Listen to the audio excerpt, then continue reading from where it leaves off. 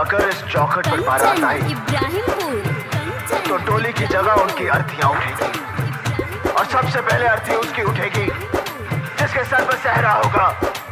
लाशें बिछा दूंगा, लाशें बिछा दूंगा, लाशें बिछा दूंगा, लाशें।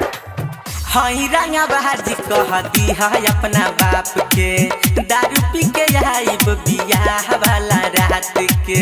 हई रंगा बहाजी कह दी है अपना बाप के, दारू पी के आइब बियाह वाला रात के।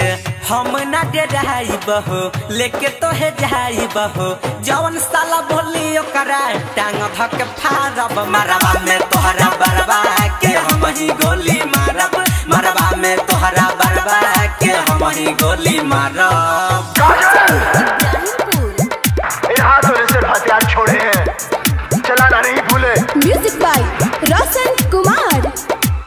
हाँ शीशा के जैसे दिल टूटे न दे हम, अखिया के सामने प्यार लूटे न दे हम। लाशें बिछा दूंगा, लाशें बिछा दूंगा, लाशें। शीशा के जैसे दिल टूटे न दे हम, अखिया के सामने प्यार लूटे न दे हम। बानी तोहरे दीवाना देखिया जई जमाना, शादी के कार्ड तोहरा अंगना में फाड़ब। मरबा में तोहरा बरबा के हम ही गोली मारब, मरबा में तोहरा बरबा के हम ही गोली मारब, मरबा में तोहरा बरबा के हम ही गोली मारब। आखिर तुम्हारा हमारा रिश्ता ही क्या है?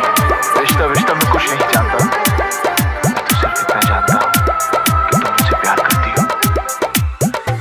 चाहिए जवानऊ हम पूरा करीले, दुनिया के डर से ना पीछे हटीले।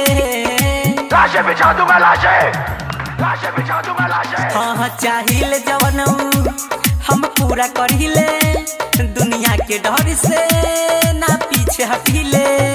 चाहे चली लाठी भाला हम ही डालब जयमाला, भाई तोहर बोली तो ओकरो खचारब। मरबा में साला बरबा के हम ही गोली मारब, मरबा में साला बरबा के हम ही गोली मारब, मरबा में साले बरबा के हम ही गोली मारब। दिखाई मुझे वो खुशियाँ, वो प्यार, ताकि आज तुम मुझसे कह सको कि वो सब झूठ था और सच ये है कि आज तुम किसी और की बनना चाहती हो। गायत्री रिकॉर्डिंग स्टूडियो राजा परसोनी। सुनो दुआरा पर तोहरा बारात जाई, चैलेंज हमारे हो ना लौट के जाई। लाशें बिछा दूंगा, लाशें बिछा दूंगा, लाशें। दुआरा पर तोहरा बारात जाई, चैलेंज हमारे हो ना लौट के जाई। रोशन विकास राम जीराज, रोशन विकास राम जीराज, कहे जवन छुई हो करी दुनिया उजारब। मरबा में तोहरा बरबा के हम ही गोली मारब, मरबा में तोहरा बरबा के हम ही गोली मारब, मरबा में तोहरा दुल्हा के हम ही गोली मारब। हई रंगा बहाजी कह दी है अपना बाप के, दारू पी के आइब बियाह वाला रात के। हई रंगा बहाजी कह दी है अपना बाप के, दारू पी के आइब बियाह वाला रात के।